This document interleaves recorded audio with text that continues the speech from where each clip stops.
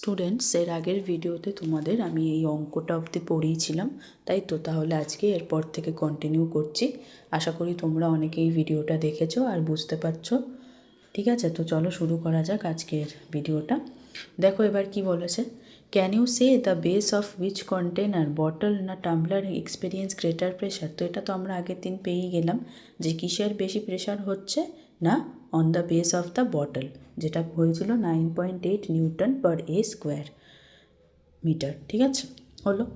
তো এবার দেখো এটা হয়ে গেল বলেই এখানে বুঝতে পারলাম আমরা, এটা খুব ইম্পর্ট্যান্ট পয়েন্ট কি না, spurting out of a liquid মানে ছিটকানো লিকুইড বের হওয়া from a hole depends upon its pressure. Depend upon the pressure মানে এই যে যেমন বটলটার নিচ থেকে একদম লিকুইড স্পার্ট আউট হচ্ছে, ঠিক আছে, এটা ডিপেন্ড করছে কতটা প্রেশার তার সেটার উপর। ইট ডাজ নট ডিপেন্ড আপন ফোর্স। তাহলে এখান থেকে একটা ট্রু ফলস চলেই আসতে পারে যে ডাজ স্পার্টিং মানে ওরম আসবে না, আসবে যে spurting out of a liquid from a hole depends upon force. True না ফলস? অ্যান্সারটা কী হবে তাহলে? হবে হচ্ছে ফলস। কেন না, এটা ডিপেন্ড করে on pressure and not on force.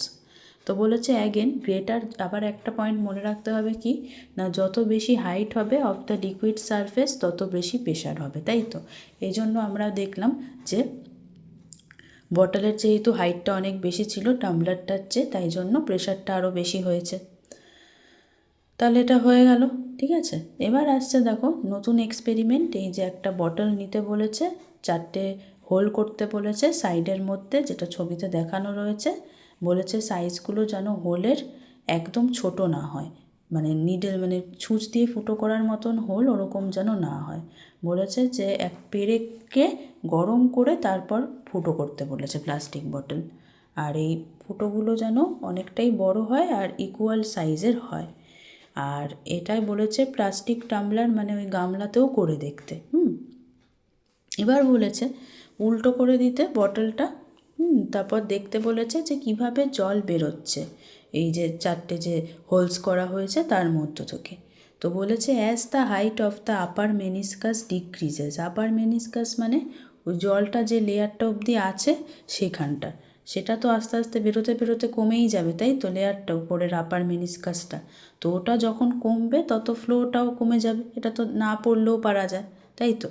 তো এবার বলেছে যে so the rate of flow of water through all aperture, মানে এমন না যে কোনো একটা হোল থেকে বেশি বেরোচ্ছে জল আরেকটা হোল দিয়ে কম বেরোচ্ছে। বলেছে যে রেট অফ ফ্লো অফ ওয়াটারটা সব কটা অ্যাপারচার মানে ফুটো থেকে is same at every instant, মানে প্রতিটা পদক্ষেপে একরকমভাবেই বেরোচ্ছে, ঠিক আছে।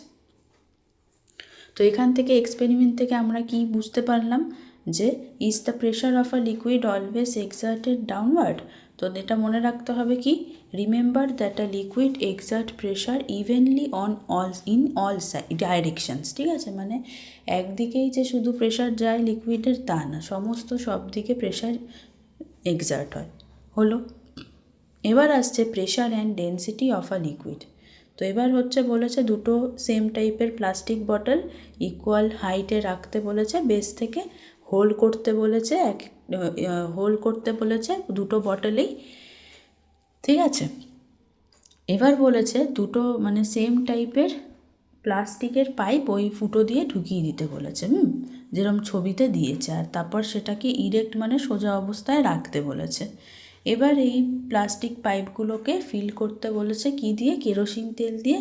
কিসের সাহায্যে? একটা নিডেল ফ্রি মানে ছুঁচ ছাড়া ইনজেকশন সিরিঞ্জ দিয়ে। প্লাস্টিকের বটলগুলো ফিল আপ হয়ে গেলে সেম হাইটে, একটাতেই বলেছে যে fill up to the same height with, একটাতে জল নিতে বলেছে আর একটাতে কনসেন্ট্রেটেড স্যালাইন ওয়াটার মানে নুন জল।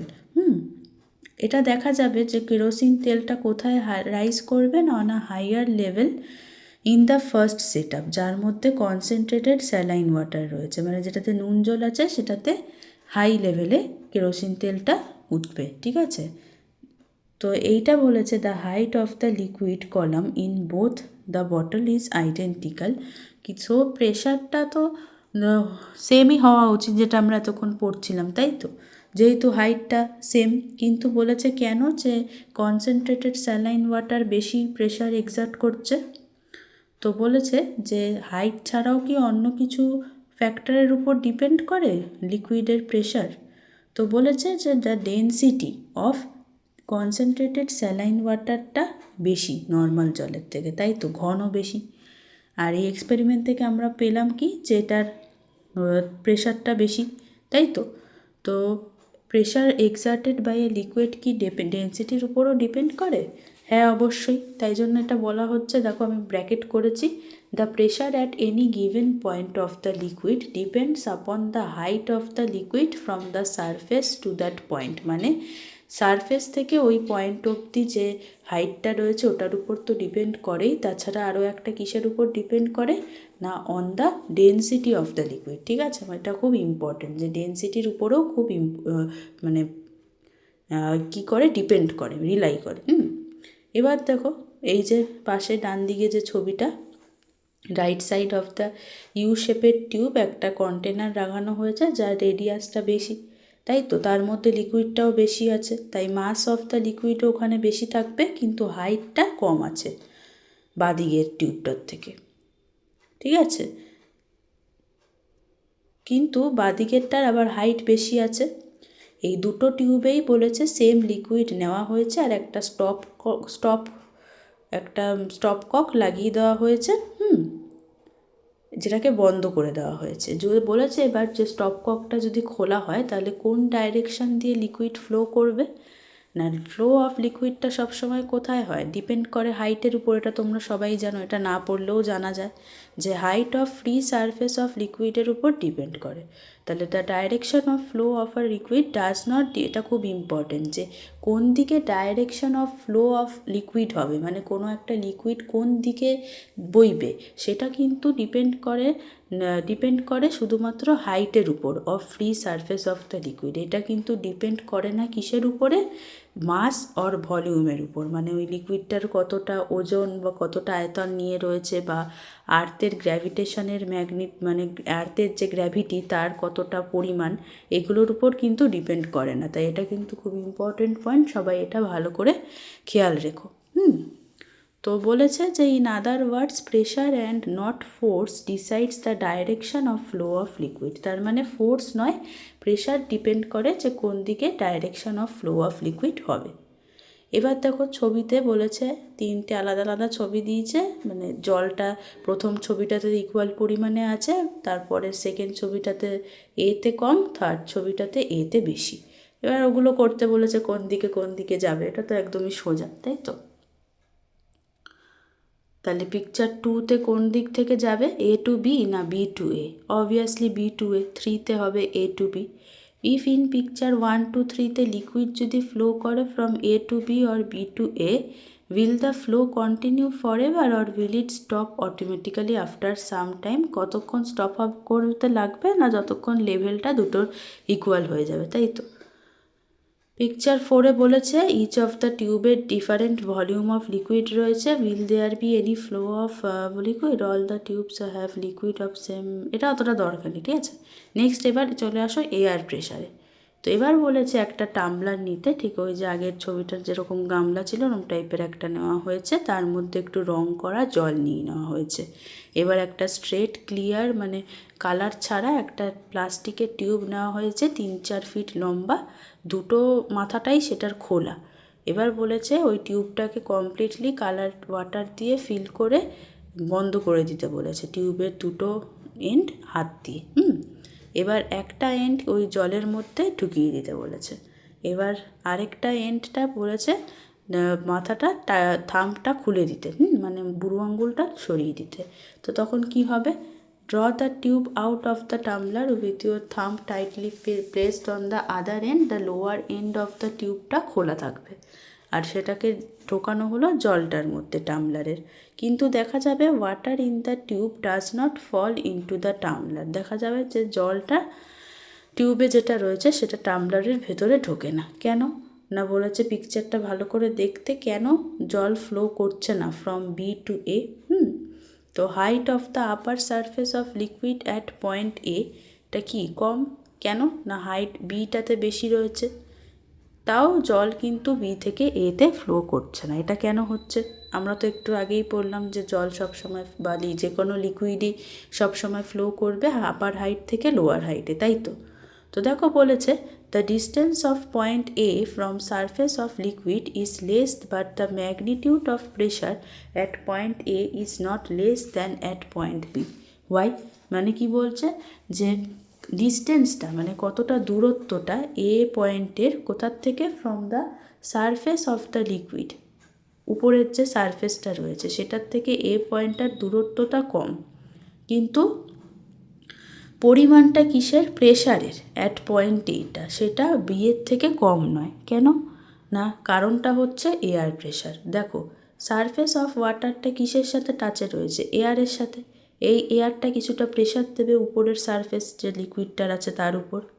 তাই জন্য এ আর সি এর যে প্রেশারটা সেটা শুধুমাত্র যে লিকুইডের দ্বারা প্রেশার সেটা নয়, নেট প্রেশার মানে যে দুটো মিলিয়ে হচ্ছে, একটা এয়ারের থেকেও প্রেশার আসছে আর একটা লিকুইডের থেকেও প্রেশার আসছে। But the pressure at B is due to the height of the liquid inside the tube. কিন্তু বি পয়েন্টে কি কোনো রকম এয়ার প্রেশার কাজ করছে? করছে না, কারণ ওখানে প্লাস্টিক টিউবটা কানেক্টেড রয়েছে। তো বিতে বলেছে শুধুমাত্র pressure is due to the height of the liquid inside the tube. এবার বলেছে যদি থামটাকে সরিয়ে নেওয়া হয় তাহলে কি হবে? Water will flow out of the tube. এটা আমরা সবাই জানি, তখন টিউবটা থেকে জল বেরিয়ে আসবে। কেন না? এয়ার এক্সার্ট করছে pressure on the open and of the tube, উপরের যে খালি জায়গাটা টিউবটার, প্লাস্টিক টিউবটার, সেখানে এয়ার এক্সার্ট করছে প্রেশার, তাই জন্য প্রেশার অ্যাট বিটা বেশি হয়ে যাবে এ আর সি এর থেকে, তখন ওয়াটার ফ্লো আউট করবে বি এর থেকে। তো এবার বলেছে রাবার টিউব নিয়ে এই এক্সপেরিমেন্টটা করা হয়েছে 13 মিটার একটা লং রাবার টিউব নিয়ে। ঠিক আছে, তো প্রথমে vertical height of the tube সেটা 13 মিটারটা কত হবে না 3 তলা বাড়ির সমান। তো বলেছে যে যদি নিচের যে if we immerse the bottom end of the water filled tube into the tumbler, দেখো ডান দিকে ছবিটা দিয়েছে, কিপিং দ্য টপ এন্ডটাকে ক্লোজ রেখে আমরা দেখব যে জলটা ফ্লো আউট করবে যতক্ষণ না ওয়াটার লেভেলটা টিউবের কমে যাবে বাই 1.7 মিটার, মানে 13 মিটার থেকে 1.7 মিটার অবধি কমে যাবে। 13 থেকে কমবে 1.7 মিটার। আর মানে এমনি কি বলতে চেয়েছে যে the moment of water level in the tube reaches about 10.3 metre from the upper surface of water in the tumbler, তারপর ফ্লো অফ ওয়াটার স্টপ। দেখো উপর থেকে 10.3 মিটার যেখানটাতে হচ্ছে ততটুকুই এসে থেমে যাবে ফ্লো অফ ওয়াটার। কেন না? এটা খুব ইম্পর্টেন্ট যে বলেছে যখন height of water column was more than 10.3 metre, মানে যখন এই উচ্চতাটা 10.3 মিটারের উপরে অবধি থাকবে জলটা, তখন প্রেশার যেটা এক্সার্ট করবে by the column of water was greater than air pressure. তাই তো, এয়ার প্রেশারের থেকে তখন উপরের প্রেশারটা আরও বেশি হবে, তাই জন্য water flow out of the tube. কিন্তু যখনই জল রিচ করবে কত হাইট?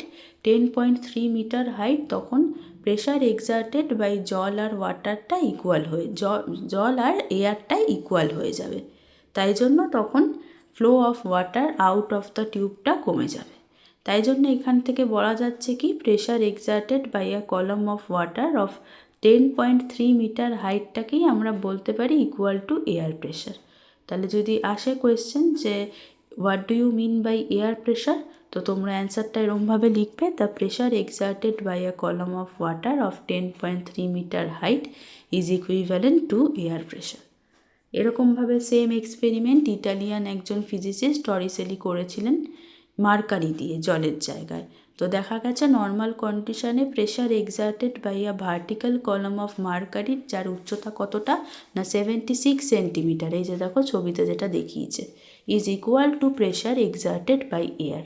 ঠিক আছে, তো এখান থেকে বলা যেতে পারে কি না air pressure exerted by a water column, মানে জলের যতটা হাইট 10.3 মিটার অবধি হাইটের যে প্রেশারটা এক্সার্ট হবে, আর মার্কারি সেটারই হাইট 76 সেন্টিমিটারে এক্সার্ট করবে। ঠিক আছে, হয়ে গেল এটা। এবার আসছে তোমাদের এই চ্যাপ্টারের লাস্ট টপিক আর খুবই important topic, buoyancy, immersion and Archimedes principle.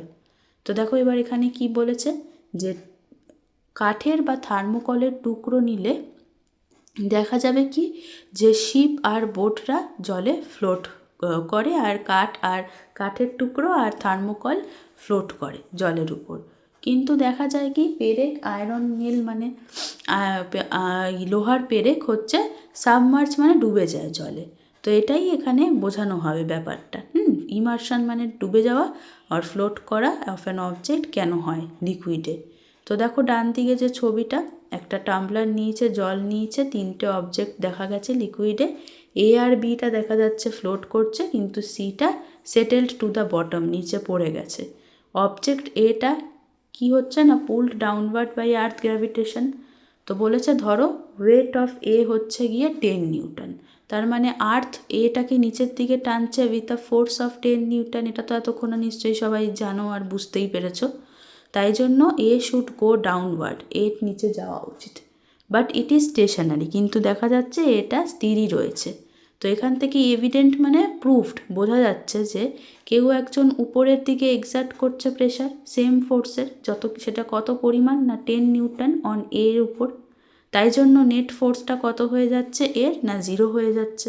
তো এবার বলছে, প্রশ্নটা আসছে যে কে এক্সার্ট করছে তাহলে এই প্রেশারটা এ কে। তো এবার আসছে দেখো, তারপর বলেছে বিটা সেমভাবে ফ্লোট করছে, কিন্তু ধরো এবার বি এর ওয়েটটা অবশ্যই একটু বেশি হবে এর থেকে, এই জন্য একটু বেশি ডুবে রয়েছে। ধরো এটার ওয়েট হচ্ছে 15 নিউটন, তার মানে আর্থ পুল করছে বিকে নিচের দিকে কত ফোর্সে, 15 নিউটন। তো সেমভাবে কেউ একজন উপরের দিকে ফোর্স দিচ্ছে ইকুয়াল 15 নিউটন, তাই জন্য ওটা ফ্লোট হচ্ছে আর ডুবে যাচ্ছে না, মানে স্টেশনারি রয়েছে। তো দেখো এবার এটাই ডেফিনেশনটা অবশ্যই মনে রাখবে। বাভেন্সি কি, মানে হোয়াট ইজ বাভেন্সি বা ডেফিনেশন, বা what do you mean by buoyancy, না যখন একটা অবজেক্টকে ইমার্সড মানে ডোবানো হয় লিকুইডের মধ্যে, তখন লিকুইডটা যে উপরের দিকে আপওয়ার্ড চাপটা দেয় অবজেক্টটার উপর, বস্তুটার উপরে, সেটাকেই বলা হয়, ওই ফোর্সটাকে মানে ওই শক্তিটাকেই বলা হচ্ছে বাভেন্সি। তো এবার দেখো এই ছবিগুলো বলেছে যে একটা হেভি অবজেক্টকে যদি ঝোলানো হয় এই স্প্রিং ব্যালেন্স দিয়ে, ওয়েটটাকে আমরা পাবো স্প্রিং ব্যালেন্স দিয়ে। এবার সেম অবজেক্টটাকেই যদি ডোবানো হয় লিকুইডের মধ্যে, while it is hung from the spring balance.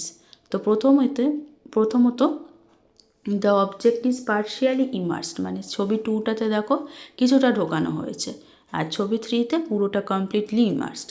Nature of the object should be such that it is not hung from the spring balance, it would completely immerse in the liquid. বলেছে যে যদি মানে এই বস্তুটার নেচারটা এমন হওয়া উচিত যে যদি না ঝোলে স্প্রিং ব্যালেন্স থেকে, তাহলে যেন পুরোপুরি ডুবে যায় লিকুইডের মধ্যে।